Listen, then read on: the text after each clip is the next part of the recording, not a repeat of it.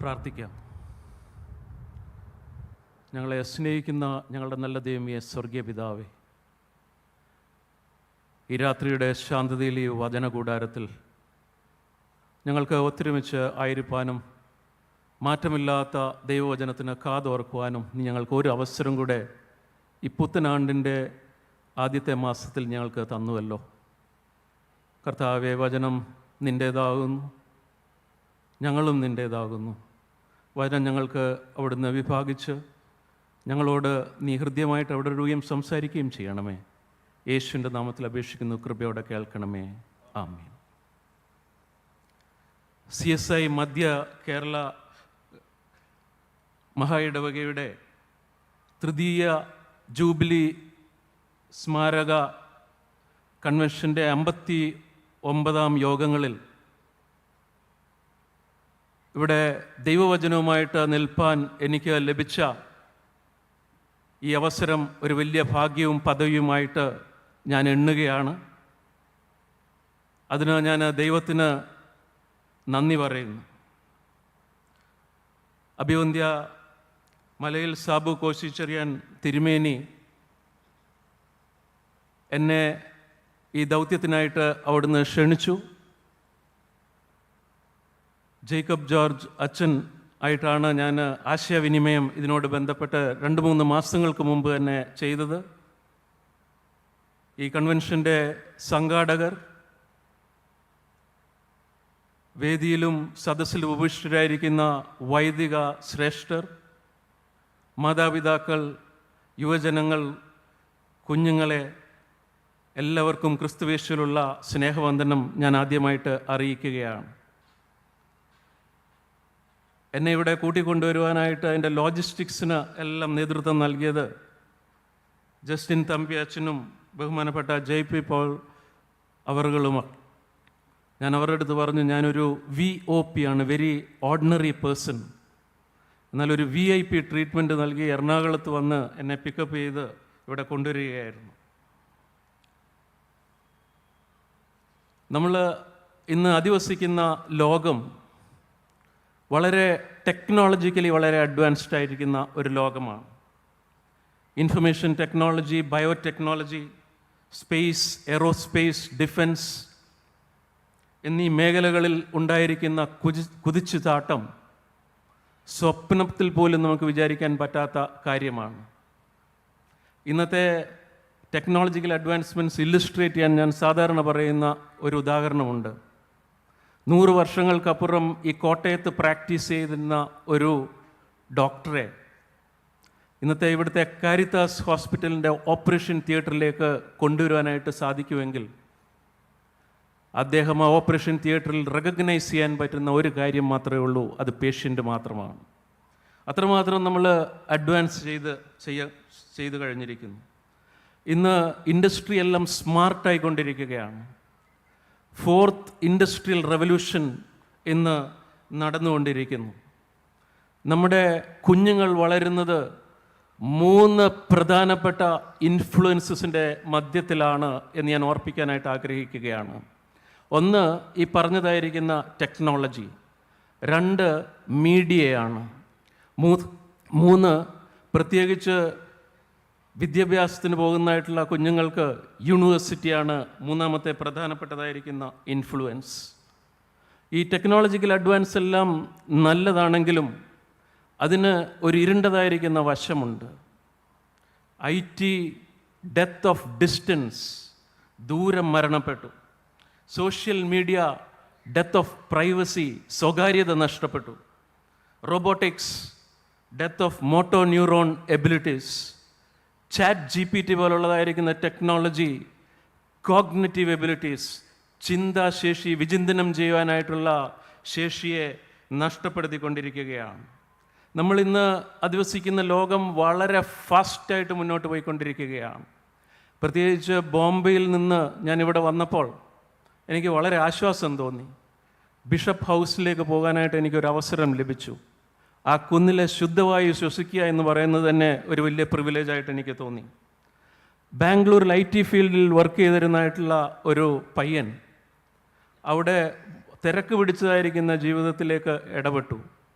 അവൻ വീടുമായിട്ടുള്ള കമ്മ്യൂണിക്കേഷനെല്ലാം പോയി. അപ്പം പിതാവ് വളരെ ഭാരപ്പെട്ടു. അവന് SMS ഒക്കെ അയച്ചുകൊണ്ടിരുന്നു, എടുക്കുന്നില്ല. കോള് കൊടുക്കുന്നു, എടുക്കുന്നില്ല. അവസാനം അവനൊരു SMS തിരിച്ചയച്ചു. വളരെ ക്രിസ്പായിരിക്കുന്ന ഒരു SMS മെസ്സേജാണ്. I am very busy. Weekdays MS Excel, weekends Surf Excel. കാര്യം പിടികിട്ടി കാണും എന്ന് ഞാൻ മനസ്സിലാക്കുകയാണ്. ഇന്നത്തെ ലോകത്തിൻ്റെ സ്ഥിതിവിശേഷം ഹാർവേഡ് ബിസിനസ് സ്കൂൾ ഒരു റിവ്യൂവിൽ അതിനെ ഒന്ന് ക്രോഡീകരിച്ച് അതിൻ്റെ അന്തസത്ത കമ്മ്യൂണിക്കേറ്റ് ചെയ്യാനായിട്ട് ശ്രമിച്ചിരിക്കുന്നത് ഒരു അക്രോണിം വെച്ചാണ്, ഒരു ഷോർട്ട് ഫോം വെച്ചാണ്. VUCA, വൂക്ക എന്നുള്ളതാണ് ആ ഷോർട്ട് ഫോം. എന്താണ് വൂക്ക? ഒന്നാമത് ഈ ലോകത്തിലെ പ്രതിഭാസമാണ് അവർ പറയുന്നത് വോളറ്റൈലിറ്റി, അസ്ഥിരത. 2 അൺസെർട്ടനിറ്റിയാണ്, അനിശ്ചിതത്വം. 3 കോംപ്ലക്സിറ്റി, സങ്കീർണത. 4 അംബിഗ്വിറ്റിയാണ്, അവ്യക്തത. ഇത് ഒരു വൂക്ക വേൾഡിലാണ് നമ്മളെല്ലാം ഇന്ന് ജീവിച്ചുകൊണ്ടിരിക്കുന്നത്. നമ്മുടെ കുഞ്ഞുങ്ങൾ അവിടെയാണ് വളർന്നുകൊണ്ടിരിക്കുന്നത്. എന്നാൽ ഇവിടെ സ്ഥിരമായത് എന്താണ്? സുനിശ്ചിതമായത് എന്താണ്? ലളിതമായത് എന്താണ്? വ്യക്തമായത് എന്താണ് എന്നുള്ളൊരു ചോദ്യത്തിന് എനിക്കൊരൊറ്റ ഉത്തരമേ കാണുവാനായിട്ട് സാധിക്കുന്നുള്ളൂ. അത് ദൈവവചനമാണ്. ഈ ടെക്നോളജിക്കൽ അഡ്വാൻസ്മെൻറ്റ്സ് എല്ലാം മുന്നോട്ട് പോകുന്നതിൻ്റെ ഒപ്പം തന്നെ ധാർമ്മികമായിരിക്കുന്ന അധപ്പതനം, മൂല്യച്യുതി, ലിംഗ അസമത്വം, ആർത്തിയുടെയും ആർജവത്തിൻ്റെയും സംസ്കാരം, കമ്പോളവൽക്കരണം, വെട്ടിപ്പിടിക്കലിൻ്റെ ഒരു സംസ്കാരം നമ്മുടെ ഇടയിൽ നടമാടിക്കൊണ്ടിരിക്കുകയാണ്. ഒരു ശരീരത്തെ ക്യാൻസർ കാർന്ന് തിന്നുന്നത് പോലെ ഈ പ്രവണതകൾ നമ്മുടെ സമൂഹത്തിൻ്റെ സന്തുലിതാവസ്ഥ തന്നെ നഷ്ടപ്പെടുത്തിക്കൊണ്ടിരിക്കുകയാണ്. ഈ കോണ്ടെക്സ്റ്റിലാണ്, ഈ ഭൂമികയിലാണ് ഈ കൺവെൻഷൻ ഇവിടെ നടത്തപ്പെടുന്നത്. എന്താണ് ഇതിൻ്റെ പ്രസക്തി? ഏതൊരു കൺവെൻഷനിലും നടക്കേണ്ട 3 കാര്യങ്ങൾ ഓർപ്പിച്ച് ഞാൻ മുന്നോട്ട് പോകാനായിട്ട് ആഗ്രഹിക്കുകയാണ്. 1 തിരിഞ്ഞു നോട്ടമാണ്. 2 തിരിച്ച് അറിവാണ്. 3 തിരിച്ച് വരവാണ്. തിരിഞ്ഞു നോട്ടം, തിരിച്ചറിവ്, തിരിച്ചു വരവ്. ഒരു അമേരിക്കൻ ദമ്പതിമാർ ഫ്രാൻസിൽ ഒരു ടൂറിന് പോയി. അവർക്ക് ഈ ജ്വല്ലറീസൊക്കെ ആഭരണങ്ങൾ വാങ്ങുന്നത് ഒരു വലിയ ഭ്രമമാണ്. അപ്പോൾ പാരീസിലെ ഒരു ആഭരണക്കടയിൽ നിന്ന് ഒരു പ്രത്യേക തരത്തിലുള്ള ആഭരണങ്ങൾ ഇവർ കൈക്കലാക്കി, പൈസ കൊടുത്ത് വാങ്ങിച്ചു. അപ്പോൾ അതിൻ്റെ ക്ലെയിം എന്തായിരുന്നെന്ന് വെച്ചാൽ രാത്രിയിൽ ഈ ആഭരണങ്ങൾ തിളങ്ങും. അപ്പോൾ അവരത് വാങ്ങിച്ചു, വിലയൊക്കെ കൊടുത്ത് വാങ്ങിച്ച് അമേരിക്കയിൽ വന്നു. രാത്രിയിൽ നോക്കിയിട്ട് അത് തിളങ്ങുന്നില്ല. കുറച്ച് നാളുകൾക്ക് ശേഷം അവരുടെ ഒരു കൂട്ടുകാരനൊരു ഡിന്നറിന് വന്നായിട്ടുള്ള സമയത്ത് അവർ ഈ കഥ പറഞ്ഞു. ഞാൻ നിങ്ങളുടെ നാട്ടിൽ ഫ്രാൻസിൽ നിന്ന് വന്നായിരിക്കുന്ന ഒരു കൂട്ടുകാരനായിരുന്നു. ആ ഫ്രഞ്ചുകാരൻ്റെ അടുത്ത് പറഞ്ഞു, നിങ്ങളുടെ നാട്ടിൽ നിന്ന് ഞങ്ങളിങ്ങനൊരു ആഭരണപ്പെട്ടി വാങ്ങി കബളിക്കപ്പെട്ടു പോയി എന്ന് പറഞ്ഞു. അപ്പം അദ്ദേഹം, ഈ ഫ്രഞ്ചുകാരൻ, ആ പെട്ടി ഒന്ന് പരിശോധിച്ചു. അതിൻ്റെ അടിയിൽ ഒരു ഇൻസ്ട്രക്ഷൻ ഷീറ്റ് ഈ ആഭരണത്തിൻ്റെ അടിയിലുണ്ടായിരുന്നു. ഫ്രഞ്ചിലാണ് അത് എഴുതിയിരുന്നത്. അതിൻ്റെ എസൻസ് ഇത്രയാണ്: puttu me in the sunshine during the day and I will glow in the dark. എന്നെ സൂര്യപ്രകാശത്തിൻ്റെ മുമ്പിൽ വെക്കുക, രാത്രിയിൽ ഞാൻ തിളങ്ങും. അവരത് ചെയ്തു. പകൽ വെയിലത്ത് വെച്ചു, രാത്രിയിൽ അത് തിളങ്ങുവാനായിട്ട് തുടങ്ങി. സ്ക്രിപ്ചർ, ദൈവവചനം നമ്മുടെ ജീവിതത്തിൽ ഇങ്ങനെയാണ് പ്രവർത്തിക്കേണ്ടത്. ഈ കോണ്ടെക്സ്റ്റിൽ ദൈവവചനം അൺചേഞ്ചിങ് ആയിട്ട് ഗതിഭേദത്താലുള്ള ആച്ഛാദനമില്ലാതെ നിൽക്കുന്നു എന്ന് പറയുവാനായിട്ട് ഞാൻ ആഗ്രഹിക്കുന്നു. ഭക്തരായ നമ്മുടെ പിതാക്കന്മാർ പാടിയതായിരിക്കുന്ന പാട്ടിങ്ങനാണല്ലോ: മധുരം മധുരം മനോഹരം തേനിലും മധുരം തിരുവചനം, മേൽത്തരമാം പൊന്നതിനോട് അതുല്യം, തങ്കവും അതിനോട് സമമല്ല. 2025 അഭിവന്ദ്യ തിരുമേനി ഈ വർഷത്തെ തീമായിട്ട് സെലക്ട് ചെയ്തിരിക്കുന്നത് ഇയർ ഓഫ് ഡെഡിക്കേഷൻ എന്നുള്ളതാണ്. സമർപ്പണമാണ് ഇതിൻ്റെ എസൻസ്. അതുകൊണ്ട് സമർപ്പണത്തിൻ്റെ ചില മുഖമുദ്രകൾ ശമൂവേലിൻ്റെ 1-ാം പുസ്തകത്തിൽ നിന്ന് നിങ്ങളുമായിട്ട് പങ്കുവയ്ക്കുവാനായിട്ടാണ് ഞാൻ ഇനിയുള്ളതായിരിക്കുന്ന സമയം കർത്താവിൽ ശരണപ്പെടുന്നത്. ഇതിൻ്റെ ഹിസ്റ്റോറിക്കൽ കോണ്ടെക്സ്റ്റ് 1 ശമൂവേലിൻ്റെ പുസ്തകത്തിൻ്റെ കോണ്ടെക്സ്റ്റ് ഞാനൊന്ന് പറഞ്ഞ് വേഗം മുന്നോട്ട് പോകുകയാണ്. ഇത് ഏകദേശം ഇന്നത്തേക്ക് 3000 വർഷങ്ങൾക്ക് മുമ്പ് നടന്ന സംഭവമാണ്. ന്യായാധിപന്മാർ ന്യായപാലനം ചെയ്തിരുന്ന കാലത്ത് നടന്നതായിരിക്കുന്ന സംഭവം. അതിൻ്റെ കോണ്ടെക്സ്റ്റ്, സോഷ്യൽ കോണ്ടെക്സ്റ്റ് എന്ന് പറയുന്നത് ജഡ്ജസിൻ്റെ പുസ്തകം, ന്യായാധിപന്മാരുടെ പുസ്തകത്തിൻ്റെ അവസാനത്തെ വാക്യം അതിൻ്റെ ഒരു കമൻട്രി നൽകുന്നുണ്ട്. ആ കാലത്ത് ഇസ്രയേലിൽ രാജാവില്ലായിരുന്നു. ഇത് ന്യായാധിപന്മാരുടെ പുസ്തകത്തിൻ്റെ അവസാനത്തെ വാക്യമാണ്. ഓരോരുത്തൻ തനിക്ക് ബോധിച്ചതുപോലെ നടന്നു. ഇതിൻ്റെ ജോഗ്രഫിക്കൽ കോണ്ടെക്സ്റ്റ് എന്ന് പറയുന്നത് എഫ്രൈം മലനാട്ടിലെ രാമഥയീം സോഫീമിലാണ് ഈ സംഭവം നടക്കുന്നത്. അപ്പോൾ അവിടെ ഞാൻ നോക്കുന്നതായിട്ടുള്ള സമയത്ത് മനസ്സിലാക്കുന്ന ഒരു കാര്യം, ന്യായാധിപർ ന്യായപാലനം ചെയ്തിരുന്നതായിട്ടുള്ള സമയത്ത് ഓരോരുത്തരും അവനവന് ബോധിച്ചതുപോലെ നടക്കുന്നു എന്നുള്ളതിൻ്റെ ഒരു ഇന്നത്തെ ആപ്ലിക്കേഷൻ എന്ന് പറയുന്നത് ഇന്നത്തെ ആധുനികോത്തര സമൂഹത്തിൻ്റെ ഒരു നേർചിത്രവും നേർക്കാഴ്ചയുമായിട്ട് നമുക്ക് മനസ്സിലാക്കുവാനായിട്ട് സാധിക്കും. അന്ന് രാജാവില്ലായിരുന്നു, അഡ്മിനിസ്ട്രേറ്റീവ് കൊളാപ്സ് ആയിരുന്നു. കുടുംബ ബന്ധങ്ങളെല്ലാം തകർന്ന് താറുമാറായിരിക്കുന്ന ഒരു സ്ഥിതിവിശേഷം, ആരാധന തകർന്നതായിരിക്കുന്ന ഒരു സാഹചര്യം, administrative moral spiritual collapse experience ചെയ്ത ഒരു ഉത്തരാധുനിക സംസ്കാരത്തിൻ്റെ ഒരു ചിത്രമാണ് അന്ന് നമ്മൾ കാണുന്നത്. ഈ സംസ്കാരത്തിൻ്റെ നടുവിൽ ഒരു ശമൂവേൽ എന്ന് പറയുന്നതായിട്ടുള്ള ഒരു ബാലൻ അവിടുന്ന് എഴുന്നേറ്റ് പ്രവാചകനായി, പുരോഹിതനായി, ന്യായാധിപനായി വരുന്ന മനോഹരമായിരിക്കുന്ന ചിത്രമാണ് നമ്മൾക്ക് ഇവിടുന്ന് കാണാനായിട്ട് സാധിക്കുന്നത്. അതുകൊണ്ട് ഞാൻ ഈ 1, 2, 3 അധ്യായങ്ങളിൽ നിന്ന്, ഇവിടുള്ള 3 വ്യക്തിത്വങ്ങളിൽ നിന്ന് ഒരു സമർപ്പിത ജീവിതത്തിൻ്റെ മുഖമുദ്രകൾ ഓരോന്നോരോന്നായിട്ട് എണ്ണിപ്പെറുക്കി നിങ്ങളുടെ മുമ്പിൽ നിരത്തുവാനായിട്ടാണ് ഞാൻ ആഗ്രഹിക്കുന്നത്. അത് നമ്മളുടെ ജീവിതത്തിലേക്ക് പകർക്കുമ്പോൾ അത് ഈ കൺവെൻഷൻ തന്നെ അതിന് ഒരു മുഖാന്തരമായി തീരട്ടെ എന്ന് ഞാൻ ആശംസിക്കുകയാണ്, പ്രാർത്ഥിക്കുകയാണ്. ഒന്നാമതായിട്ട് സമർപ്പണ ജീവിതത്തിൻ്റെ പ്രത്യേകത, മുഖമുദ്ര എന്ന് പറയുന്നത് കൾട്ടിവേറ്റിംഗ് ഗുഡ് ഹാബിറ്റ്സ് എന്നുള്ളതാണ്. നല്ല ശീലങ്ങൾ അവിടുന്ന് കൾട്ടിവേറ്റ് ചെയ്യുക എന്നുള്ളതാണ് ആദ്യമായിട്ട് നമ്മൾ മനസ്സിലാക്കേണ്ടതായിട്ടുള്ള കാര്യം. ഞാൻ 1-ാമത്തെ അധ്യായത്തിൻ്റെ 3-ാമത്തെ വാക്യം, ശമൂവേലിൻ്റെ 1-ാം പുസ്തകം 1-ാം അധ്യായം 3-ാം വാക്യം, അവൻ ശീലോവിൽ സൈന്യങ്ങളുടെ യഹോവയെ നമസ്കരിപ്പാനും അവനെ യാഗം കഴിപ്പാനും തൻ്റെ പട്ടണത്തിൽ നിന്ന് ആണ്ടുതോറും ശീലോവിലേക്ക് പോവുക പതിവായിരുന്നു. ആണ്ടുതോറും ശീലോവിലേക്ക് പോകുന്നത് പതിവായിരുന്നു. ഇത് എൽക്കാനയുടെ കുടുംബത്തിൻ്റെ ഒരു നിഷ്ഠയായിരുന്നു. ആരാധനയ്ക്ക് പ്രഥമ സ്ഥാനം നൽകുന്ന ഒരു കുടുംബമായിരുന്നു എൽക്കാനയുടേത്. നമ്മുടെ ജീവിതത്തിൻ്റെ ആത്യന്തികമായിരിക്കുന്ന ലക്ഷ്യവും ദിശാബോധവും മീനിങ്ങും നൽകുന്നത് ആരാധനയിലൂടാണ്. എനിക്ക് വളരെ ഇഷ്ടപ്പെട്ടതായിരിക്കുന്ന ഒരു എഴുത്തുകാരനാണ് C.S. ലൂയിസ്. അദ്ദേഹം ജീവിതത്തെക്കുറിച്ച് റിഫ്ലക്റ്റ് ചെയ്യുന്നതായിട്ടുള്ള സമയത്ത് കപ്പലുകളെക്കുറിച്ച് പ്രതിപാദിക്കുന്ന ഒരു റൈറ്റപ്പ് വായിക്കാനായിട്ടിടയായി. ഞാൻ ഇൻസിഡൻ്റലി ഒരു കപ്പൽ ശാലയിൽ ഡയറക്റ്റായിട്ട് ആണ് സേവനം അനുഷ്ഠിക്കുന്നത് ബോംബെയിൽ.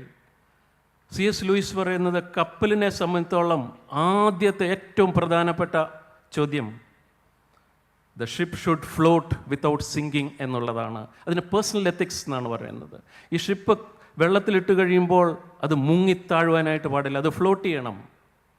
2, ship should not hit other ships, മറ്റ് കപ്പലുകളെ ചെന്ന് അടിക്കുവാനായിട്ട് പാടില്ല, മുട്ടുവാനായിട്ട് പാടില്ല. അത് സോഷ്യൽ എത്തിക്സ് ആണ്. എന്നാൽ ഏറ്റവും പരമപ്രധാനമായിരിക്കുന്ന ചോദ്യം എന്ന് പറയുന്നത് where the ship is headed, എങ്ങോട്ടാണ് ഈ കപ്പൽ നീങ്ങിക്കൊണ്ടിരിക്കുന്നത്? Why it is there in the first place?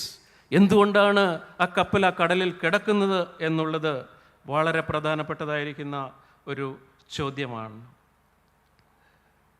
രണ്ടാമത്തെ മുഖമുദ്ര എന്ന് പറയുന്നത് ഒരു പേഴ്സണൽ ഡിസിപ്ലിനാണ്. ഒരു സമർപ്പണ ജീവിതത്തിൻ്റെ മുഖമുദ്ര എന്ന് പറയുന്നത്. ഈ രാമദയും സോഫിൽ നിന്ന് ഷീലോവിലേക്ക് ഏകദേശം 32 കിലോമീറ്റർ ഉണ്ട്. രാമദയും സോഫിയുമിൻ്റെ വേറൊരു പേരാണ് അരമത്യ. നമ്മൾ ന്യൂ ടെസ്റ്റ്മെൻറ്റിൽ അരമത്യക്കാരനായ യോസഫിനെ നമ്മൾ കാണുന്നുണ്ട്. ഇത് 32 എന്ന് പറയുന്നത് ഒരു ഇൻ്റർസ്റ്റേറ്റ് ഹൈവേ പോലെ കിടക്കുന്ന സ്ഥലമല്ല, എഫ്രൈം മലനാടാണ്. അപ്പോൾ ഒരുപാട് മലകളൊക്കെ താണ്ടി എത്തേണ്ടതായിരിക്കുന്ന ഒരു സ്ഥലമാണ് ഷീലോവ് എന്ന് പറയുന്നത്. ഷീലോവിനെക്കുറിച്ച് ഞാൻ കുറച്ച് കഴിയുമ്പോൾ കുറച്ചും കൂടെ കാര്യങ്ങൾ നിങ്ങളുമായിട്ട് പങ്കുവയ്ക്കാം. അപ്പോൾ ഒരു പേഴ്സണൽ ഡിസിപ്ലിനാണ് ആണ്ടുതോറും ഈ ഷീലോവിലേക്ക് പോകുക എന്നുള്ളത്. ഡിസിപ്ലിനുള്ളവർക്ക് മാത്രമേ ഇത് ഒരു വളരെ ക്രമീകൃതമായിരിക്കുന്ന രീതിയിൽ ഈ ആത്മീയ ജീവിതം മുന്നോട്ട് കൊണ്ടുപോകാനായിട്ട് സാധിക്കുകയുള്ളൂ. സമർപ്പണത്തിൻ്റെ രണ്ടാമത്തെ മുഖമുദ്ര എന്ന് പറയുന്നത് ഈ പേഴ്സണൽ ഡിസിപ്ലിനാണ്, ജീവിതത്തിൻ്റെ നിഷ്ഠയാണ്. മൂന്നാമതായിട്ട് പാപത്തെക്കുറിച്ചുള്ള നിരന്തരമായിരിക്കുന്ന ബോധം നമ്മളെ ഭരിക്കേണ്ടതായിട്ടുണ്ട്. അതുകൊണ്ടാണ് സാക്രിഫൈസ് വരുന്നത്. ഈ മൂന്നാമത്തെ വാക്യത്തിൽ എന്തിനാണ് അവിടെ പോകുന്നത്? യഹോവയെ നമസ്കരിപ്പാനും അവന് യാഗം കഴിപ്പാനും തൻ്റെ പട്ടണത്തിൽ നിന്ന് ആണ്ടുതോറും ശീലോവിലേക്ക് പോവുക പതിവായിരുന്നു. സമർപ്പിക്കപ്പെട്ട ജീവിതത്തിൻ്റെ മൂന്നാമത്തെ മുഖമുദ്ര എന്ന് പറയുന്നത് പാപത്തെക്കുറിച്ചുള്ളതായിരിക്കുന്ന ബോധമാണ്. പരിശുദ്ധാത്മാവാണ് പാപത്തെക്കുറിച്ചും നീതിയെക്കുറിച്ചും ബോധം വരുത്തുന്നത്.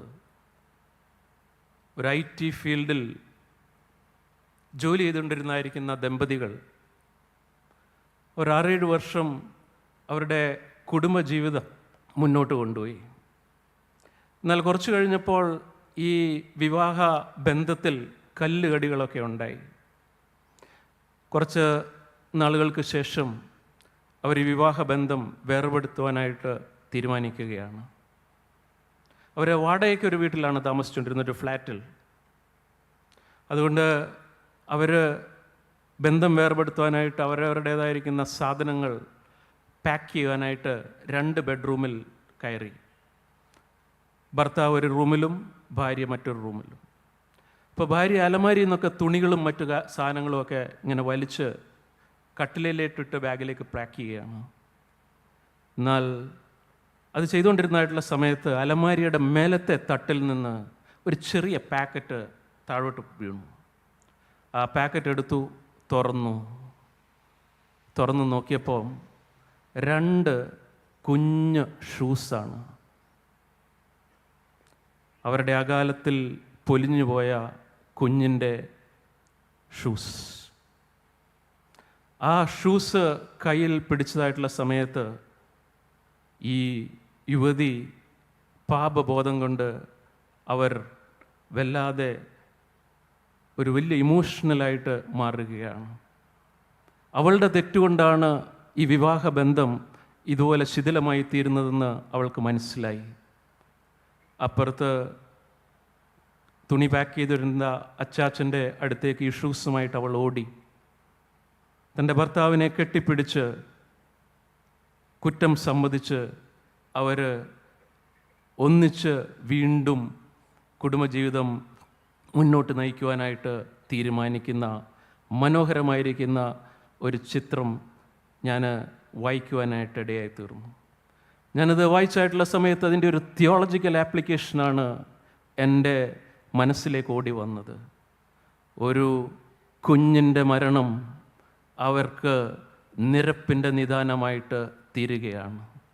2000 വർഷങ്ങൾക്കപ്പുറം കാൽവറിയിലെ ക്രൂശിൽ ദൈവത്തിൻ്റെ പുത്രൻ നമുക്ക് വേണ്ടി യാഗമായി തീർന്നത് ഈ നമ്മളെ നിരപ്പിൻ്റെ അനുഭവത്തിലേക്ക് കൊണ്ടുവരുവാൻ പര്യാപ്തമാണ് എന്ന് നമ്മൾ മനസ്സിലാക്കുകയാണ്. ബന്ധങ്ങൾ നമ്മുടെ എങ്ങനെ ഇരിക്കുന്നു എന്ന് വിചിന്തനം ചെയ്യേണ്ട ഒരു അവസരം കൂടെയാണ്. യാഗപീഠത്തിൻ്റെ മുന്നിൽ യേശുവിനെ കാണുവാനും ആ യാഗപീഠത്തിൽ നമ്മളെ തന്നെ യാഗമായി അർപ്പിക്കുന്ന ഒരു മഹനീയ നിമിഷമായിട്ട് ഈ കൺവെൻഷൻ തീരട്ടെ എന്ന് ഞാൻ പ്രാർത്ഥിക്കുന്നു. മർത്തോമ സഭയിലെ ആയിരുന്ന സാധു കൊച്ചുകുഞ്ഞുപദേശി ഇങ്ങനെയാണല്ലോ പാടിയത്: പ്രാകാരത്തിൽ എൻ്റെ മുൻപിൽ യേശുവിനെ കാണുന്നു ഞാൻ, യാഗപീഠം അവനത്രേ, എന്നും എൻ്റെ രക്ഷയാവൻ, യാഗപീഠം അവനത്രേ, എന്നും എൻ്റെ രക്ഷയാവൻ. സാക്രിഫൈസ്, അത് സമർപ്പണത്തിൻ്റെ ഒരു പ്രധാന മുഖമുദ്രയാണ്.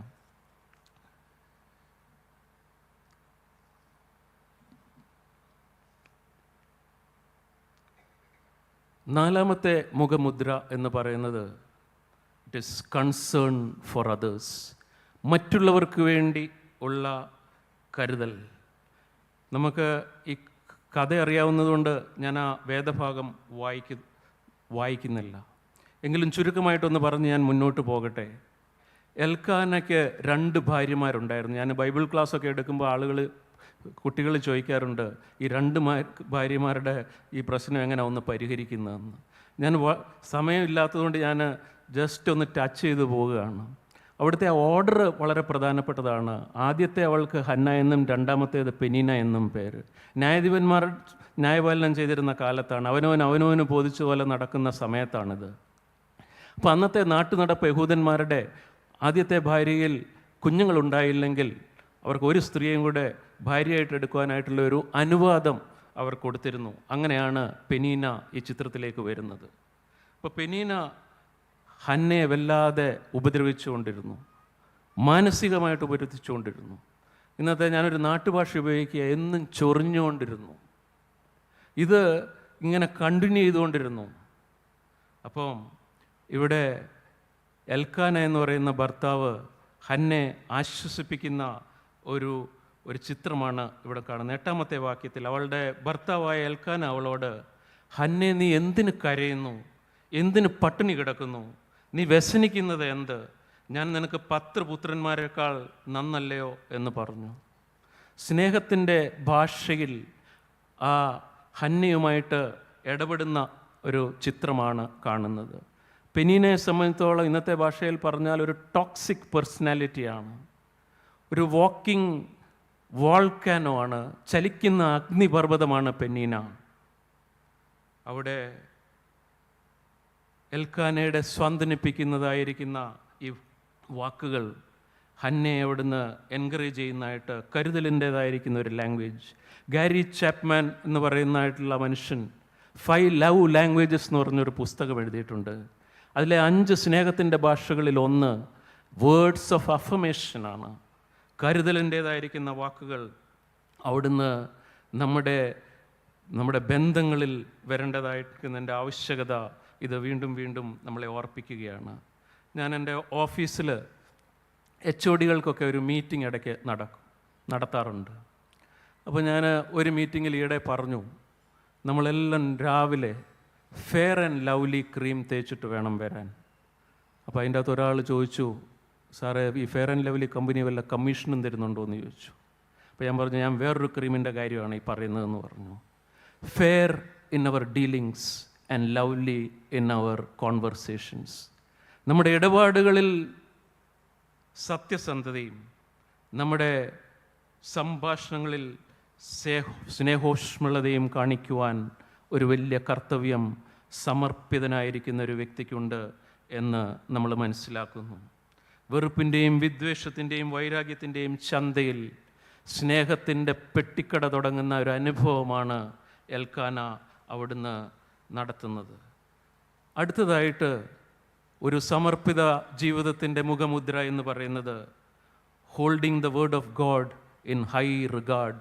ദൈവവചനത്തിന് ആരാധനയെ പോലെ തന്നെ പ്രഥമസ്ഥാനം കൊടുക്കുന്ന ഒരു പ്രക്രിയയാണ്. ശീലോവിൽ എന്താണ് ഉള്ളത് എന്ന് നമ്മൾ നോക്കുമ്പോൾ അവിടെ ഉള്ളത് ടെൻ്റുണ്ട്, സമാഗമന കൂടാരം. രണ്ടാമതായിട്ട് ഒരു നിയമപ്പെട്ടകമുണ്ട്. മൂന്നാമതായിട്ടുള്ളത് യാഗപീഠമാണ്. ഈ മൂന്ന് കാര്യങ്ങൾ ജീവിതത്തിൻ്റെ മൂന്ന് പ്രധാനപ്പെട്ട ഒഴിച്ചുകൂടാനൊക്കാത്ത കാര്യങ്ങളാണ്. ഒന്ന് ടെൻ്റാണ്, കൂടാരം. It points to the transient nature of our life. നമ്മുടെ ജീവിതത്തിൻ്റെ ക്ഷണികതയാണ് കൂടാരം കാണിക്കുന്നത്. കൂടാരമാവുന്ന ഭൗമഭവനം എന്നാണ് അതുകൊണ്ട് നമ്മുടെ ശരീരങ്ങളെക്കുറിച്ച് പിന്നീട് പൗലോസ്ലീഹ പറയുന്നത്. രണ്ടാമതോടുള്ളത് നിയമപ്പെട്ടകമാണ്. അതിൻ്റെ അകത്ത് മോശയ്ക്ക് കൊടുത്ത 10 കൽപ്പനകളാണ്. അത് റെവലേഷനാണ്. മൂന്നാമതായിട്ട് അവിടെ ഉള്ളത് യാഗപീഠമാണ്. ഞാൻ ഇന്നത്തെ ആപ്ലിക്കേഷനായിട്ടൊന്ന് പറഞ്ഞോട്ടെ. എന്താണ് നിയമപ്പെട്ടകം? എന്താണ് ഈ യാഗപീഠം? It is the Bible and the cross, revelation and redemption. ഇത് സമർപ്പണ ജീവിതത്തിൻ്റെ കേന്ദ്രബിന്ദുവായിട്ട് മാറേണ്ടതായിട്ടുള്ള ആവശ്യമുണ്ട്. നമ്മുടെ CSI ആരാധനയിൽ കൊയർ പ്രൊസഷനായിട്ട് മുന്നോട്ട് പോകുമ്പോൾ അതുകൊണ്ടാണ് കുരിശും ബൈബിളും ആണ് മുന്നോട്ട് പോകുന്നത്. Revelation and redemption, 2 indispensable aspects of a devoted life. എൽക്കാനയുടെ ജീവിതത്തിൽ നിന്ന് ഇത്രയും കാര്യങ്ങളാണ് എനിക്ക് നിങ്ങളോട് പങ്കുവയ്ക്കുവാനുള്ളത്. രണ്ടാമത് ഹന്നയുടെ ജീവിതം എടുത്തു കഴിഞ്ഞാൽ, ഒന്നാമത് നമ്മൾ കാണുന്നത്, കഥ അറിയാവുന്നതുകൊണ്ട് ഞാൻ അങ്ങോട്ട് പോകുന്നില്ല, അവളുടെ ബിറ്റർനെസ്സിൽ അവൾ പ്രാർത്ഥിക്കുകയാണ്. യാഹ്വയെ അവളുടെ പ്രതിസന്ധിയിലേക്ക് അവൾ വിളിച്ചു വരുത്തുകയാണ്. അന്നത്തെ കാലത്ത് കുഞ്ഞുങ്ങളില്ല എന്ന് പറയുന്നതിന് ഒരു വലിയ സോഷ്യൽ സ്റ്റിഗ്മ ഉണ്ടായിരുന്നു.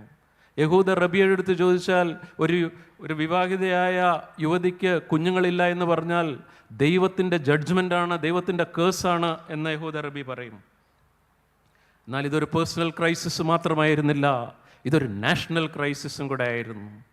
കാരണം അവിടെ ഒരു പ്രവാചകനില്ല, അവിടെ ഒരു പുരോഹിതനില്ല, അവിടെ ഒരു രാജാവില്ലാത്ത ഒരു അന്തരീക്ഷത്തിൽ ഈ ഹന്ന എന്ന് പറയുന്ന സ്ത്രീ അവിടെ തൻ്റെ ഈ വ്യസനം ദൈവത്തിൻ്റെ സന്നിധിയിൽ പകരുകയാണ്. 1:6 പെനീന ചെയ്തത് എന്താണെന്ന് അവിടെ വായിക്കുന്നുണ്ട്. വ്യസനിപ്പാൻ തക്കവണ്ണം മൂഷിപ്പിച്ചു എന്നാണ് കാണുന്നത്. ആ വ്യസനത്തിൻ്റെ നടുവിൽ ആ കണ്ണുനീരിലോടുകൂടി ഹന്ന ഈ ദൈവത്തിൻ്റെ സന്നിധിയിൽ വന്ന് കരയുകയാണ്. ഒരു ചിന്തകൻ ഇതിനെക്കുറിച്ച് പറഞ്ഞിരിക്കുന്നത് ടിയേഴ്സ് ഹാവ് ഫെർട്ടിലിറ്റി എന്നുള്ളതാണ്. സയൻസ് അതിനോട് അംഗീകരിച്ചെന്ന് വരത്തില്ല. കണ്ണുനീരിന് പ്രത്യുൽപാദന ശേഷിയുണ്ട്. Prayer moves the hands that moves the world. പ്രാർത്ഥന ഈ ലോകത്തെ ചലിപ്പിക്കുന്ന കരങ്ങളെ ചലിപ്പിക്കുവാൻ മതിയായതാണ് എന്ന് നമ്മൾ മനസ്സിലാക്കുന്നു. ഹന്ന ആ സമയത്ത് ഒരു ഓട്ടോബയോഗ്രഫി എഴുതിയിരുന്നെങ്കിൽ അതിന് 3 ചാപ്റ്റർ ഉണ്ടാകും. 1 ബാരൺ, 2 ബിറ്റർ, 3 ബ്രോക്കൺ. ഗർഭം അടഞ്ഞ അവസ്ഥ, നീരസവും വൈരാഗ്യവുമുള്ളതായിരിക്കുന്ന അവസ്ഥ, തകർന്ന് തരിപ്പണമായിരിക്കുന്ന അവസ്ഥ. എന്നാൽ അതിൻ്റെ നടുക്ക് നിന്ന് her relationships are getting healed. യഹോവയുടെ സന്നിധിയിൽ അവിടുന്ന് അവളുടെ ബേർഡൻസ്, അവളുടെ പ്രയാസങ്ങൾ ഇറക്കി വെക്കുകയാണ്. ഇത് നമ്മുടെ ജീവിതത്തിൻ്റെ പരിവരുത്ത യാഥാർത്ഥ്യങ്ങളുടെ നടുക്ക് നമുക്കുള്ളൊരു വലിയ ആഹ്വാനമാണ്. സമർപ്പണത്തിൻ്റെ മുഖമുദ്രയാണ് പ്രാർത്ഥന എന്ന് പറയുന്നത്. അതിലൂടെ ബന്ധങ്ങൾ കൂട്ടി ഇണക്കുന്ന, കണ്ണികൾ കൂട്ടി വിളക്കുന്ന ഒരു പ്രക്രിയയും കൂടെ ആണ് അതിനോടൊപ്പം നടക്കുന്നത്. ഹന്നയുടെ ജീവിതത്തിൽ ഹീലിംഗ് ഓഫ് റിലേഷൻഷിപ്സ്, ബന്ധങ്ങളെ വിളക്കി ചേർക്കുവാൻ മുൻകൈയെടുക്കുകയാണ്. ജപ്പാനിൽ ഒരു പ്രത്യേക തരത്തിലുള്ളതായിരിക്കുന്ന ഒരു ആർട്ടിസ്റ്റ് ഉണ്ട്. അതിന് കിൻസുഗി ആർട്ടിസ്റ്റ് എന്നാണ് അവരറിയപ്പെടുന്നത്. ഈ ആർട്ടിസ്റ്റിൻ്റെ പ്രത്യേകത എന്ന് പറയുന്നത് കോപ്പ അല്ലെങ്കിൽ ഗ്ലാസ് അല്ലെങ്കിൽ സോസർ പോലുള്ള ചൈന ക്ലേയിൽ നിർമ്മിച്ചായിട്ടുള്ള സാധനങ്ങൾ നിലത്ത് വീണ് പൊട്ടിയാൽ നമ്മളത് ഉടനെ എടുത്തങ്ങ് കളയും. എന്നാൽ കിൻസുഗി ആർട്ടിസ്റ്റിൻ്റെ കയ്യിൽ കിട്ടിയാൽ ഒരു പ്രത്യേക മരത്തിൻ്റെ പശ എടുത്ത് ഈ പൊട്ടി ചിതറിയതായിരിക്കുന്ന കഷ്ണങ്ങളെല്ലാം കൂടെ ഒന്നിച്ച് അതിനെ തേച്ച് ഒട്ടിച്ച് അത് മനോഹരമാക്കും. അത് തന്നെയല്ല, ഈ വിടവുകളുടെ നടുക്കോട്ട് സ്വർണത്തിൻ്റെ പൊടി ചാലിച്ചു ചേർത്ത് അതൊരു മനോഹരമായിരിക്കുന്ന ഒരു പീസായിട്ട് അവർ രൂപാന്തരപ്പെടുത്തും. ഈ മുറിവുകൾ അതുപോലെ ഉണങ്ങിയതായിട്ട് സ്കാർസ് അവിടെ കാണും. എന്നാൽ പഴയതിനേക്കാൾ വളരെ മനോഹരമായിരിക്കുന്ന ഒരു പീസായിട്ട് രൂപാന്തരപ്പെടുത്തുവാൻ കെൻസുഗി ആർട്ടിസ്റ്റിന് കഴിയും. Beauty can be found even in imperfection എന്നാണ് കെൻസുഗി ആർട്ടിസ്റ്റിൻ്റെ പ്രമേയം. അടുത്തതായിട്ട് ഹന്നയെക്കുറിച്ച് കാണുന്നതായിട്ടുള്ള കാര്യം അവളുടെ ജീവിതത്തിലുള്ള ഗ്രാറ്റിറ്റ്യൂഡാണ്, താങ്ക്സ് ഗിവിങ് ആണ്. ഒരു ചാപ്റ്റർ തന്നെ ഹന്നയുടെ പാട്ടാണ്. എനിക്കതിലേക്ക് പോകുവാനായിട്ട് സമയമില്ല. അതുകൊണ്ട് ഞാൻ 1:28 അതുകൊണ്ട് ഞാൻ അവനെ യഹോവയ്ക്ക് നിവേദിച്ചിരിക്കുന്നു. അവൻ ജീവപര്യന്തം യഹോവയ്ക്ക് നിവേദിതനായിരിക്കും. അവർ അവിടെ യഹോവയെ നമസ്കരിച്ചു. നന്ദി നിറഞ്ഞ ഹൃദയം ഒരു സമർപ്പിത ജീവിതത്തിൻ്റെ അടുത്ത ലക്ഷണമാണ്. 1957 ഒരു മനുഷ്യൻ കാഞ്ഞിരപ്പള്ളിയിലുള്ള എസ്റ്റേറ്റിൽ ജോലി ചെയ്യുകയായിരുന്നു. അന്നത്തെ കാലത്ത് തോട്ടത്തിലൊക്കെയാണ് ആളുകൾ അവിടെ ജോലി ചെയ്തുകൊണ്ടിരുന്നത്. അപ്പോൾ ഇദ്ദേഹവും തോട്ടത്തിലായിരുന്നു. അപ്പോൾ അന്ന് ട്രാൻസ്പോർട്ടേഷൻ സൗകര്യങ്ങളൊക്കെ വളരെ പരിമിതമാണ്. അതുകൊണ്ട് 1957 ക്രിസ്മസ് ആരാധനയിൽ പങ്കെടുക്കുവാൻ ഈ ഭാര്യയും ഭർത്താവും ഒരു ജീപ്പിൽ പള്ളിയിലേക്ക് പോകുന്ന സമയത്ത് റോഡിൻ്റെ നടുക്ക് നിന്ന ഒരു എരുമയായിട്ട് ഈ വണ്ടി കൂട്ടിയിടിച്ചു. കറുത്ത നിറത്തിലുള്ള ആണല്ലോ എരുമ, അതുകൊണ്ട് ഇരുട്ടത്ത് കണ്ടില്ല. ഈ ജീപ്പ് അടുത്തുള്ള ഒരു കൊക്ക പോലുള്ള സ്ഥലത്തേക്ക് അങ്ങ് മറിഞ്ഞു. എന്നാൽ പുറകിൽ അയ്യപ്പന്മാരുടെ ഒരു ബസ് അങ്ങോട്ട് എരുമേലി ഭാഗത്തേക്ക് കടന്നുപോയിക്കൊണ്ടിരിക്കുകയായിരുന്നു. അവർ ബസ് നിർത്തി, ആളുകളെല്ലാം ഓടിക്കൂടി ഈ യുവ ദമ്പതികളെ ആ ജീപ്പിൽ ഉള്ളിൽ നിന്ന് വലിച്ച് പുറത്തേക്ക് എടുത്തു. ആ സമയത്ത് ആ യുവതി പൂർണ്ണ ഗർഭിണിയായിരുന്നു. അവർ ആക്സിഡൻറ്റിൽ നിന്ന് അത്ഭുതകരമായിട്ട് രക്ഷപ്പെട്ടു. ഈ യുവതി ഈ ഗർഭസ്ഥ ശിശുവിനെ ദൈവത്തിനു വേണ്ടി സമർപ്പിച്ചു. 58 ഫെബ്രുവരിയിൽ ആ യുവതി ആ കുഞ്ഞിന് ജന്മം നൽകി. ആ കുഞ്ഞ് വളർന്ന് വലുതായി കേരളത്തിൻ്റെ വടക്കൻ മേഖലയിൽ നിലമ്പൂരിനടുത്തുള്ള ചുങ്കത്രയിലെ മാർത്തോമ കോളേജിൻ്റെ മാത്തമാറ്റിക്സ് പ്രൊഫസറായിരിക്കുന്ന തോമസ് മാത്യു സാറാണ്. ബെയ്ലി സാർ എന്നാണ് അദ്ദേഹം അറിയപ്പെടുന്നത്. അവിടെ എൻ്റെ മാത്സ് അധ്യാപകനാണ്. ഒരു വലിയ ക്രിസ്തീയ സാക്ഷ്യം, പ്രത്യേകിച്ച് മുസ്ലിം സഹോദരങ്ങൾ തിങ്ങി വസിക്കുന്ന ആ പ്രദേശത്ത് ഉയർത്തുവാൻ ബെയ്ലി സാറിനെ കൊണ്ട് സാധിച്ചു. ഒരമ്മയുടെ ചെറിയ സമർപ്പണം, അത് ഒരു വലിയ നാടിന് തന്നെ അനുഗ്രഹമായി തീരുന്ന സമർപ്പണമായിട്ട് തീരുകയാണ്. നമുക്ക് ഹന്നയോടൊപ്പം സമർപ്പിക്കുവാനായിട്ടുള്ള ഒരു സമയമാണല്ലോ ഇത്. എന്നാൽ ഈ കൺവെൻഷൻ ബഹുമാനപ്പെട്ട തിരുമേനിയും വൈദിക ശ്രേഷ്ഠരും ഒക്കെ ആലോചിച്ചതുപോലെ അതിൻ്റെ സാഫല്യത്തെത്തുന്നത് നമ്മളുടെ സമർപ്പണത്തിലാണ്. സമർപ്പണത്തിൻ്റെ ഈ ഗാനം നിങ്ങൾ എന്നോടുകൂടെ അറിയാവുന്നവർ പാടണമേ. കർത്താവേ, നിൻ പാദത്തിൽ ഞാനിതാ വന്നിടുന്നു, എന്നെ ഞാൻ സമ്പൂർണമാ നിൻ കയ്യിൽ തന്നിടുന്നു. എല്ലാം ഞാനേകിടുന്നേ, മാനസം ദേഹി ദേഹം നിൻഹിതം ചെയ്തിടുവാൻ എന്നെ സമർപ്പിക്കുന്നു. അടുത്തതായിട്ട് ഞാൻ ശമൂവേലിൻ്റെ ജീവിതത്തിലേക്ക് വരികയാണ്. എൽക്കാനയുടെ ജീവിതത്തിൽ നിന്ന്, ഹന്നയുടെ ജീവിതത്തിൽ നിന്ന് ഒരു സമർപ്പണ ജീവിതത്തിൻ്റെ മുഖമുദ്രകൾ എന്തൊക്കെയായിരിക്കണം എന്ന് നമ്മൾ നോക്കുകയുണ്ടായി. ഒന്നാമതായിട്ട് എനിക്ക് പറയുവാനായിട്ടുള്ളത്, എല്ലാവർക്കും ഒരു മെൻറ്ററിങ് ആവശ്യമായിട്ടുണ്ട്. സമർപ്പിത ജീവിതത്തിൻ്റെ മുഖമുദ്ര ഒരു ഉപദേശകൻ, നമുക്ക് നമ്പുവാൻ പറ്റിയ, വിശ്വസിക്കാൻ പറ്റിയ ഒരു ആത്മീയ സുഹൃത്ത് നമുക്കെല്ലാവർക്കും ഉണ്ടായിരിക്കണമെന്നുള്ളതാണ്. 2:11 പിന്നെ എൽക്കാന രാമയിൽ തൻ്റെ വീട്ടിലേക്ക് പോയി. ബാലൻ പുരോഹിതനായ ഏലിയുടെ മുമ്പിൽ യഹോവയ്ക്ക് ശുശ്രൂഷ ചെയ്തു പോന്നു. അവിടെ ഏലി പുരോഹിതൻ്റെ കീഴിൽ ശുശ്രൂഷ ചെയ്യുവാൻ ഒരു വലിയ ഭാഗ്യം ശമൂവേലിന് അവിടുന്ന് സിദ്ധിക്കുകയാണ്. ഏലിയുടെ ജീവിതം പെർഫെക്റ്റ് ഒന്നുമല്ല. അദ്ദേഹത്തിൻ്റെ ജീവിതത്തിലേക്ക് നോക്കുകയാണെങ്കിൽ ഫാമിലിയുടെ സൈഡിലൊക്കെ തകർച്ചകളുണ്ട്. എങ്കിലും പുരോഹിതനായിരിക്കുന്ന ഏലിയുടെ കീഴിൽ ശുശ്രൂഷ ചെയ്യിക്കപ്പെടുവാനുള്ള ഭാഗ്യം ശമൂവേലിന് ലഭിക്കുകയാണ്. അടുത്തതായിട്ട് ശമൂവേലിൻ്റെ ജീവിതത്തിലേക്ക് നോക്കുമ്പോൾ യഹോവയുടെ സന്നിധിയിൽ ശുശ്രൂഷ ചെയ്തു പോകുന്നു എന്ന് നമ്മൾ കാണുന്നു.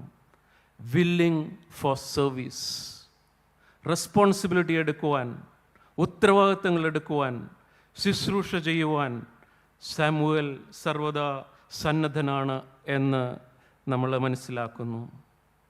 ഞാൻ ഓഫീസിലൊക്കെ പറയുന്നതായിട്ടുള്ളൊരു കാര്യമുണ്ട്, നമ്മളെല്ലാവരും ഫാറ്റ് ആയിരിക്കണം, FAT. നമ്മുടെ തടിയുടെ കാര്യമല്ല പറഞ്ഞത്, ഫെയ്ത്ത്ഫുൾ, അവൈലബിൾ ആൻഡ് ടീച്ചബിൾ. വിശ്വസ്തത, സന്നദ്ധത, പഠിക്കുവാനും തെറ്റുകൾ തിരുത്തുവാനും ഉള്ള സന്നദ്ധത. സമർപ്പിത ജീവിതത്തിൻ്റെ മുഖമുദ്രയാണ് വില്ലിങ്നെസ് ടു സെർവ്. 19-ാം നൂറ്റാണ്ടിൻ്റെ ആദ്യഘട്ടത്തിൽ ഇംഗ്ലണ്ടിൽ ഒരു പ്രാർത്ഥന നടന്നു. ആ പ്രാർത്ഥനാ യോഗത്തിൽ ഒരു യൗവനക്കാരനായ ചെറുപ്പക്കാരൻ പങ്കെടുത്തിരുന്നു. അപ്പോൾ അവിടെ സ്തോത്രകാഴ്ചയ്ക്കുള്ള സമയമായി. അപ്പോൾ അന്നത്തെ കാലത്ത് പ്ലേറ്റിലാണ് സ്തോത്രകാഴ്ച എടുക്കുന്നത്, ഇതുപോലെ സഞ്ചിയിലല്ല. അപ്പോൾ ഇവനിങ്ങനെ പുറകിലത്തെ ബെഞ്ചിലായിരിക്കുന്നത്.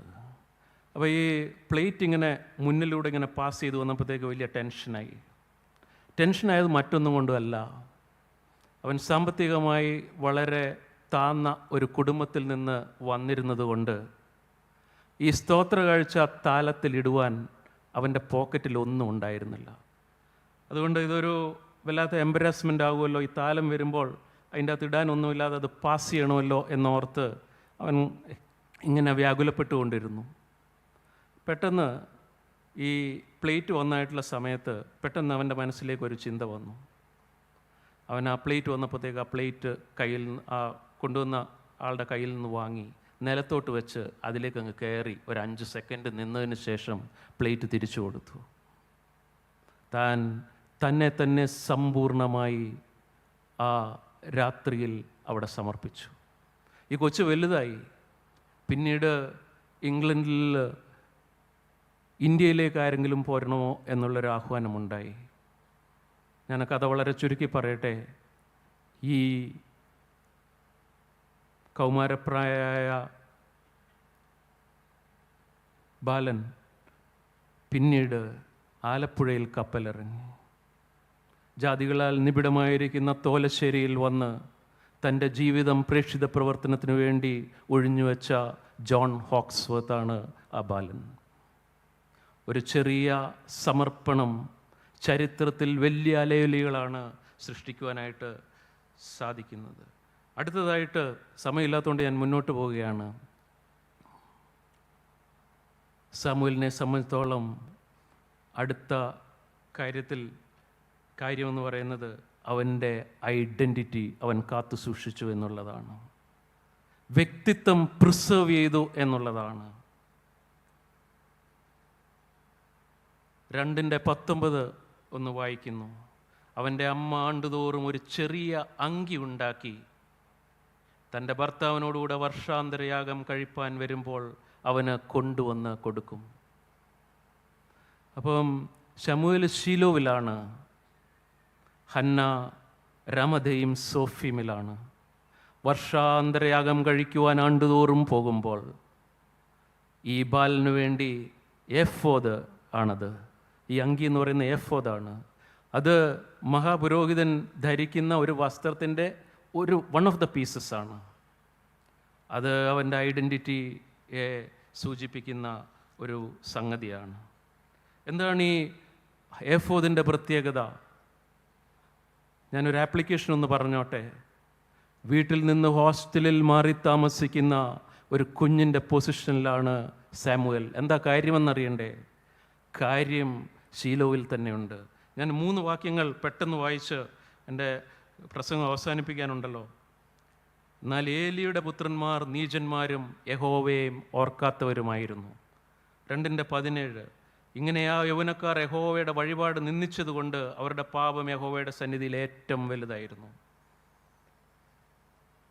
2:22 ഏലി വൃദ്ധനായരെ അവൻ്റെ പുത്രന്മാർ എല്ലാ ഇസ്രയേലിനോടും ചെയ്യുന്നതൊക്കെയും സമാന കൂടാരത്തിൻ്റെ വാതിൽക്കൽ സേവ ചെയ്യുന്ന സ്ത്രീയോടുകൂടെ ശയിക്കുന്നതും അവൻ കേട്ടു. ശീലോവിലുണ്ടായിരുന്ന 2 പ്രശ്നങ്ങൾ എന്ന് പറയുന്നത് the sanctity of worship and the sanctity of sexuality. ആരാധനയുടെ പവിത്രതയും ലൈംഗികതയുടെ പവിത്രതയും കാറ്റിൽ പറത്തിക്കൊണ്ട് 2 കൊച്ചച്ഛന്മാർ, അവിടെ ഏലിയുടെ പുത്രന്മാരായ 2 പുരോഹിതന്മാർ ശീലോവിലുണ്ടായിരുന്നു. അതുകൊണ്ട് അവിടെ പിടിച്ചു നിൽക്കുവാനായിട്ട് സാധിക്കണമെങ്കിൽ ശമൂവേൽ ആരാണ് എന്നുള്ളതായിരിക്കുന്ന അവൻ്റെ ഐഡൻറ്റിറ്റി, അവൻ്റെ വ്യക്തിത്വം കണ്ടിന്യൂസ് ആയിട്ട് റിമൈൻഡ് ചെയ്യേണ്ടതായിരിക്കുന്ന ആവശ്യമുണ്ടായിരുന്നു. അടുത്തതായിട്ട് ഗ്രോത്താണ്. ശമൂവേൽ ബാലനോ യഹോവയുടെ സന്നിധിയിൽ വളർന്ന് വന്നു. യഹോവയ്ക്കും മനുഷ്യർക്കും പ്രീതിയുള്ളവനായി വളർന്നു വന്നു. അപ്പോൾ അടുത്ത കാര്യം, ഒരു സമർപ്പിത ജീവിതത്തിൻ്റെ മുഖമുദ്ര എന്ന് പറയുന്നത് സ്റ്റാറ്റിക് അല്ല, അത് ഡൈനാമിക്കാണ്, വളർന്നുകൊണ്ടിരിക്കും. അത് ഒരു വലിയ പ്രത്യാഘാതം ജീവിതത്തിൽ സംഭവിച്ചു കൊണ്ടേയിരിക്കും. ഞാൻ ഒരു കാര്യം കൂടെ പറഞ്ഞ് മുന്നോട്ട് പോകാനായിട്ട് ആഗ്രഹിക്കുകയാണ്. 1950കളിൽ മാംഗ്ലൂരിൽ ഒരു പയ്യൻ ഗ്രാജുവേഷൻ കഴിഞ്ഞു. അത് കഴിഞ്ഞ് ജോലി അന്വേഷിക്കാനായിട്ടൊക്കെ ശ്രമിച്ചെങ്കിൽ ഒരു ജോലിയും കിട്ടിയില്ല. അന്നത്തെ കാലത്ത് ബോംബെക്ക് അങ്ങ് പോവുകയാണ് പതിവ്. അതുകൊണ്ട് ഈ ഗ്രാജുവേറ്റും ബോംബെയിലേക്ക് പോകാനായിട്ട് തീരുമാനിച്ചു. ഒരു ദരിദ്ര കുടുംബത്തിൽ ജനിച്ച് വളർത്തപ്പെട്ടവനായിരുന്നു ആ പയ്യൻ. അപ്പോൾ അവൻ ബോംബെക്ക് പോകാനായിട്ട് പെട്ടി പാക്ക് ചെയ്യുന്നതായിട്ടുള്ള സമയത്ത് അവൻ്റെ അമ്മ 2 പൊതിക്കെട്ട് അവൻ്റെ കയ്യിൽ കൊടുത്തു. ഒരു പൊതിക്കകത്ത് ഒരു ടൈം പീസായിരുന്നു, പഴയ ടൈം പീസ്. മോനെ, I want you to be punctual. നീ ജീവിതത്തിൽ കൃത്യനിഷ്ഠ ഉള്ളവനായിരിക്കണം. 2ാമത്തെ പാക്കറ്റ് ഒരു ബൈബിളായിരുന്നു. മോനെ, നിൻ്റെ ജീവിതത്തിൽ നീ വിശ്വസ്തനായിരിക്കണം. കൃത്യനിഷ്ഠയും വിശ്വസ്തതയും. ഇവൻ ബോംബെയിൽ വന്നു, അവിടെ സെറ്റിലായി, അവിടെ ഒരു ബിസിനസ് തുടങ്ങി.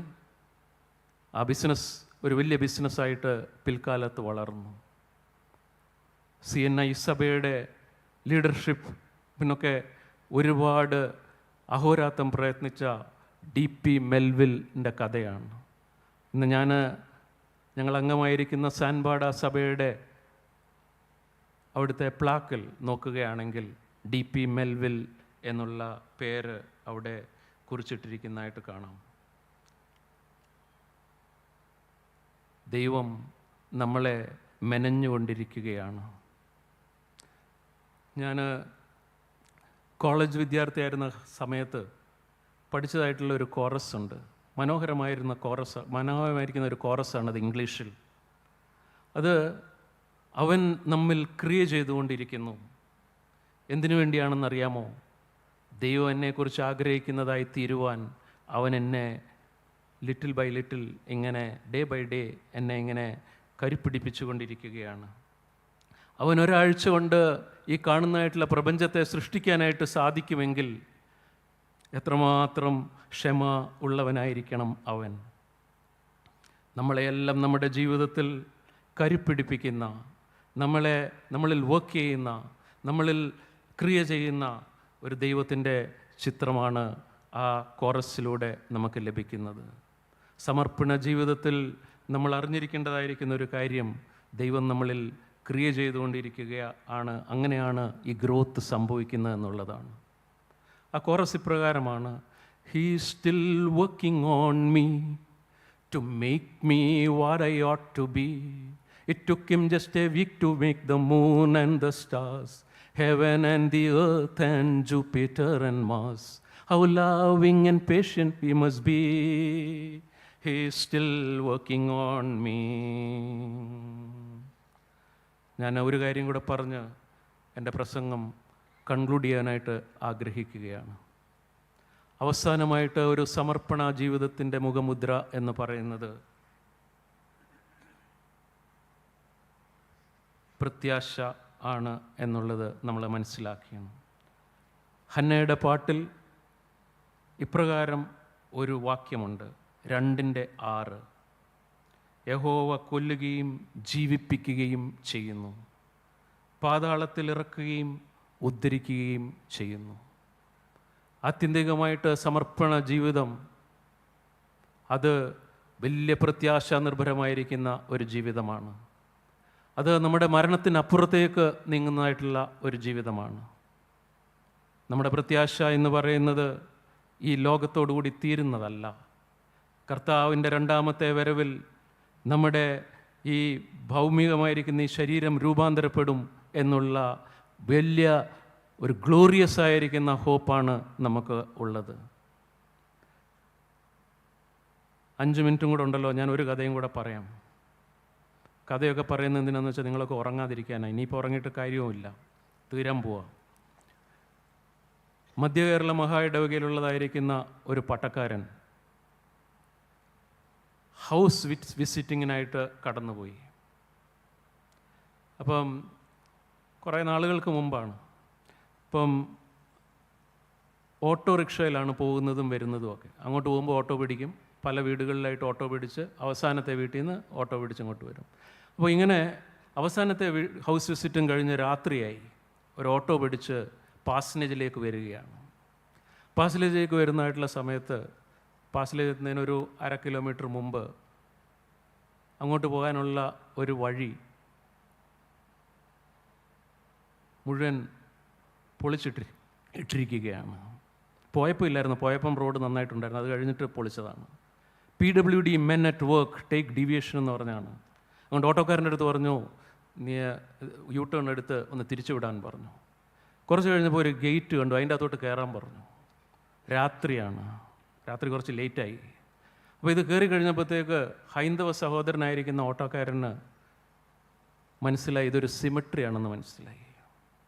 അതിൻ്റെ അകത്തേക്ക് പോയപ്പോൾ ഓട്ടോയുടെ അരണ്ട വെളിച്ചത്തിൽ ഈ കുഴിമാടങ്ങളിലുള്ള കുരിശും വെള്ള തേച്ചായിരിക്കുന്ന ശവക്കല്ലറുകളൊക്കെ ഇങ്ങനെ തിളങ്ങാനായിട്ട് തുടങ്ങി. ചെറുതായിട്ട് മുട്ടൊക്കെ ഒന്ന് ഇടിക്കാൻ തുടങ്ങി. പുറകിലേക്ക് തിരിഞ്ഞു നോക്കുമ്പോൾ വെളുത്ത ലോഹയൊക്കെ ഇട്ട് ഒരു അച്ഛനും അവിടെ ഇരിപ്പുണ്ട്. അപ്പോൾ അച്ഛൻ്റെ അടുത്ത് ചോദിച്ചു, അച്ഛാ നമ്മൾ എങ്ങോട്ടാണ് പോകുന്നതെന്ന് ചോദിച്ചു. അപ്പോൾ ഞാനൊരു നാട്ടുഭാഷ ഉപയോഗിക്കുക, അച്ഛൻ ഒരു കിടുക്കാച്ചി ഉത്തരം അങ്ങ് കൊടുത്തു, my home is beyond the grave. പാസനേജിലേക്ക് പോകാനുള്ള വേറൊരു വഴിയായിരുന്നു, എന്നാൽ ഈ ശവകുടീരങ്ങൾക്ക് അപ്പുറമാണ് എൻ്റെ ഭവനം. It's a theological symbol of hope. ശവകുടീരങ്ങൾക്കപ്പുറം കൂടാരങ്ങളിൽ പാർത്തുകൊണ്ട് ദൈവം ശില്പിയായി നിർമ്മിച്ചതും അടിസ്ഥാനമുള്ളതായിരിക്കുന്ന ഒരു നഗരത്തിനു വേണ്ടി നമ്മൾ നോക്കി പാർക്കുകയാണ്. അതാണ് നമ്മുടെ പ്രത്യാശ. ഈ പുത്തനാണ്ട് ഒരു വലിയ നിധിയായിട്ട് നമുക്ക് ലഭിച്ചിരിക്കുകയാണ്.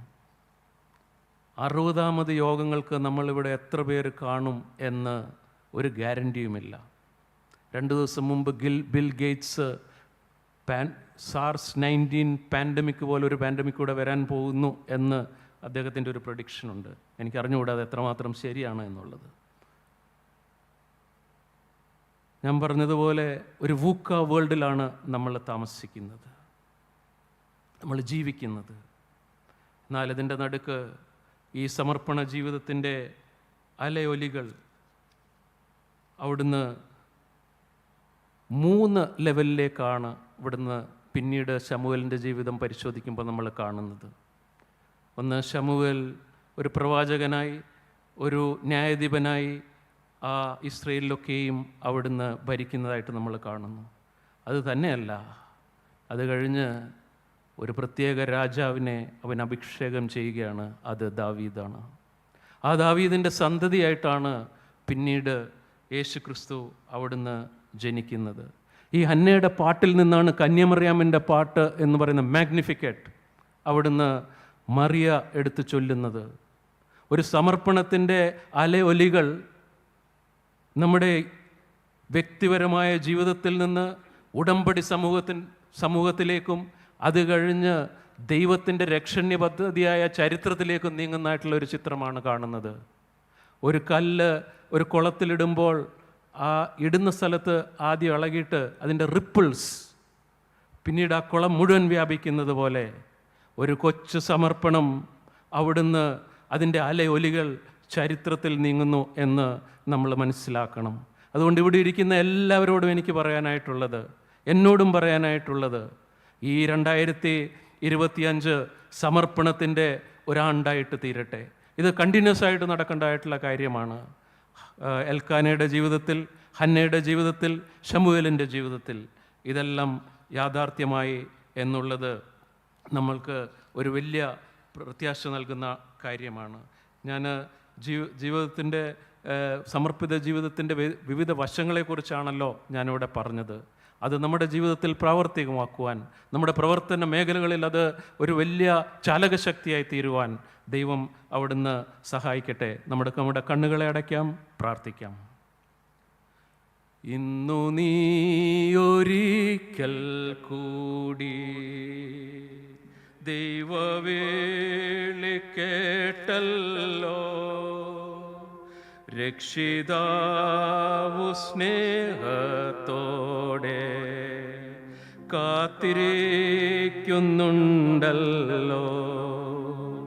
ഇന്നു തന്നെ യേശു നിന്നെ രക്ഷിപ്പാനായി കാക്കുന്നു. ഭയം വേണ്ട, ശങ്കിക്കേണ്ട, വാവങ്കൽ നീന്ന്. Jesus, for your choice is waiting. Tarry not at once decide, while the Spirit now is striving. Yield and seek the Savior's side. പ്രിയ കർത്താവേ, തിരുവചന സത്യങ്ങൾക്കായിട്ട് ഞങ്ങൾ നിന്നെ സ്തുതിക്കുകയാണ്. എൽക്കാനയുടെയും ഹന്നയുടെയും ശമൂവേലിൻ്റെയും ജീവിതത്തിലൂടെ കർത്താവെ നീ ഞങ്ങളോട് അവിടുന്ന് സംസാരിച്ചു, ഇടപെട്ടു. ഒരു സമർപ്പണ ജീവിതത്തിൻ്റെ മുഖമുദ്രകൾ എന്തൊക്കെ എന്ന് ഞങ്ങൾ കർത്താവെ ചിന്തിക്കുവാനായിട്ട് ഇടയായി. കർത്താവെ, ഇത് ഞങ്ങളുടെ ജീവിതത്തിൻ്റെ പ്രവർത്തന പന്താവുകളിൽ, ഞങ്ങളുടെ വ്യക്തിബന്ധങ്ങളിൽ, ഞങ്ങളുടെ കുടുംബജീവിതത്തിൽ, ഞങ്ങളുടെ സഭാജീവിതത്തിൽ, സാമൂഹിക ജീവിതത്തിൽ, ഞങ്ങളുടെ തൊഴിലിടങ്ങളിൽ കർത്താവെ അവിടുന്ന് പ്രാവർത്തികമാക്കുവാൻ അവിടുന്ന് സഹായിക്കണമേ എന്ന് പ്രാർത്ഥിക്കുകയാണ്. കർത്താവെ, ഞങ്ങൾ ഫെയ്ത്ത്ഫുള്ളാകുവാൻ, അവൈലബിളാകുവാൻ, ടീച്ചബിളാകുവാൻ ഞങ്ങളെ അവിടുന്ന് സഹായിക്കണമേ. കണക്ക് നോക്കാതെ കൊടുക്കുവാൻ, മുറിവുകൾ കണക്കിടാതെ പോരാടുവാൻ, സ്വസ്ഥത കാംക്ഷിക്കാതെ അധ്വാനിപ്പാൻ ഞങ്ങൾക്കെല്ലാവർക്കും അവിടുന്ന് ഇടയാക്കണമേ എന്ന് പ്രാർത്ഥിക്കുന്നു. മധ്യകേരള മഹാ ഇടവകയ്ക്കായിട്ട് സ്തോത്രം.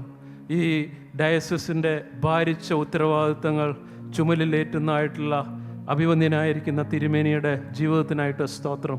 കർത്താവെ, തിരുമേനിയെ അവിടുന്ന് ശക്തീകരിക്കണമേ. കുടുംബമായിട്ട് അവരെ എടുത്ത് കർത്താവെ ബലപ്പെടുത്തുകയും ഉപയോഗിക്കുകയും ചെയ്യണമേ.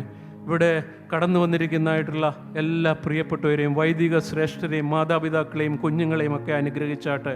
കർത്താവെ, ഞങ്ങളിന്ന് കടന്നു വന്നത് കർത്താവെ അനുഗ്രഹത്തിന് മുഖാന്തരമായി തീർന്നു എന്ന് തീരുവാൻ തക്കവണ്ണം കർത്താവെ അവിടുന്ന് സംഗതിയാകണമേ. ഹന്നായും എൽക്കാനയും ശീലോവിലേക്ക് പോയതുപോലെ കർത്താവെ ഈ കൺവെൻഷൻ്റെ തുടർന്നുള്ള ദിവസങ്ങളിലും കർത്താവെ ഞങ്ങൾ ആണ്ടുതോറും ഇവിടെ വരുന്നത് കർത്താവെ ഞങ്ങളെ തന്നെ ജീവനുള്ള യാഗമായി അർപ്പിക്കുവാൻ തക്കവണ്ണമുള്ള ഒരു മഹനീയമായിരിക്കുന്ന അവസരമായി രൂപാന്തരപ്പെടുത്തണമേ എന്ന് പ്രാർത്ഥിക്കുന്നു. കർത്താവെ, നീ ഞങ്ങളോട് ഹൃദ്യമായിട്ട് അവിടുന്ന് ഇടപെടുകയും നീ അവിടുന്ന് ഞങ്ങളെ അവിടുന്ന് പേർ ചൊല്ലി വിളിക്കുകയും ശമൂവേലിനെ വിളിച്ചതുപോലെ ഞങ്ങളെ വിളിക്കുകയും കർത്താവെ നിങ്ങൾ ആ വിളിയും ആ നിയോഗവും ആ ശുശ്രൂഷയും ഞങ്ങളെ ഏൽപ്പിച്ചിരിക്കുന്നത് നിറപടിയായി നിവർത്തിപ്പാൻ കർത്താവെ നിൻ്റെ രണ്ടാമത്തെ വരവിന് വേണ്ടി ഞങ്ങളെ ഒരുക്കുകയും നീ കർത്താവെ ഞങ്ങളുടെ കുഴിമാടങ്ങൾക്കപ്പുറമുള്ളതായിരിക്കുന്ന പ്രത്യാശയിൽ ഞങ്ങളെ ഊട്ടി ഉറപ്പിക്കുകയും ചെയ്യണമേ എന്ന് പ്രാർത്ഥിക്കുന്നു. പ്രാർത്ഥന കേട്ടതിനായിട്ട് സ്തോത്രം. യേശുവിൻ്റെ നാമത്തിൽ തന്നെ ആമേൻ.